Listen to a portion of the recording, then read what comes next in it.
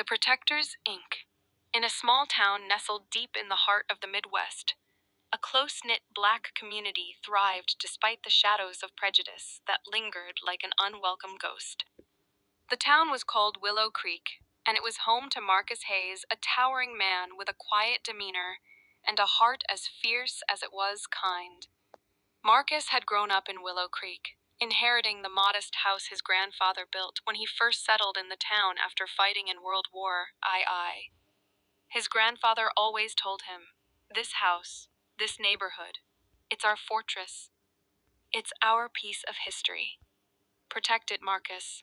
No matter what, and protect it he did. Over the years, the black community of Willow Creek had faced its fair share of challenges: underfunded schools, businesses denied opportunities, and the occasional act of vandalism from outsiders who didn't want them there. But Marcus was a pillar of strength, a man who taught self-defense classes at the local gym, repaired homes for free, and helped mentor young men and women who needed guidance. Willow Creek loved him, and he loved them back one night. Trouble came slithering into the neighborhood. A group of teenagers from the neighboring, predominantly white town thought it would be fun to stir up trouble.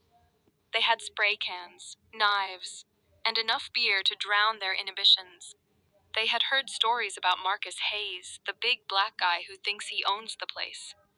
The teens, egged on by their leader, Brandon, decided it was time to show Willow Creek who was really in charge.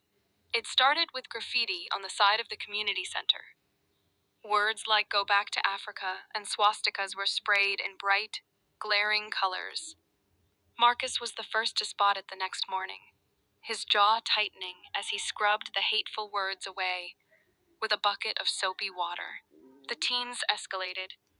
They slashed car tires, broke windows, and even left a burning cross on the lawn of the local church.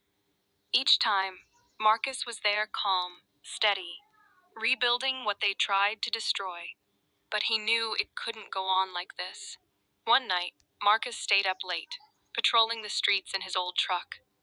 It was almost midnight when he spotted them 5 teens sneaking into the neighborhood, carrying spray cans and a crude homemade flag with a Confederate symbol on it. Marcus didn't reach for his phone to call the police. He stepped out of his truck and confronted them directly. "You boys lost," he said, his deep voice cutting through the quiet night like thunder. The teens froze, their bravado crumbling under the weight of Marcus's presence.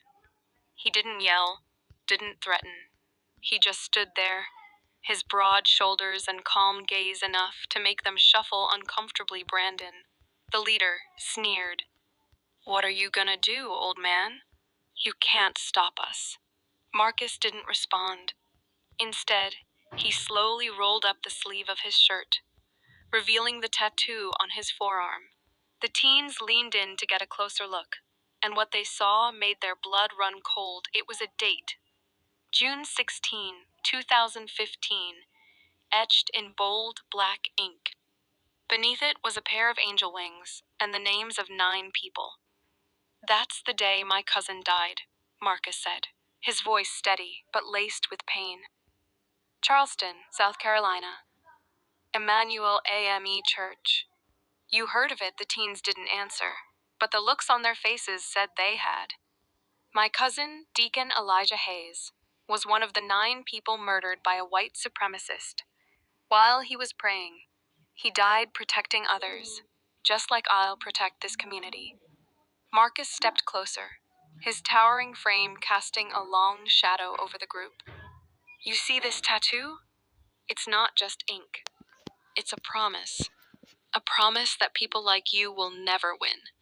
You can spray your hate, burn your crosses, wave your flags, but you'll never break us. And if you try, you'll have to go through me." Brandon's tough fade cracked. Tears welled in his eyes as the weight of Marcus's words and the reality of what they had been doing hit him like a freight train. One by one, the other teens dropped their spray cans, their faces pale with shame. Marcus didn't call the police. Instead, He made them clean up every bit of damage they had done to the neighborhood. He made them scrub the graffiti, fix the broken windows, and even repaint the community center. It took weeks, but by the end of it, the teens weren't the same. Marcus didn't just punish them, he taught them. Brandon, especially, changed. He started volunteering at the community center, working alongside Marcus to rebuild trust and understanding. It wasn't easy, and not everyone in Willow Creek forgave him right away. But Marcus believed in redemption. Years later, Brandon would tell the story of that night to his own children, pointing to a photo of Marcus Hayes on the wall of the community center. That man, he'd say, saved my life. And he taught me what it really means to be strong. Willow Creek continued to thrive, its people standing tall against hate. And at the heart of it all was Marcus Hayes' protector, teacher, and living proof that love and resilience could conquer even the darkest of shadows.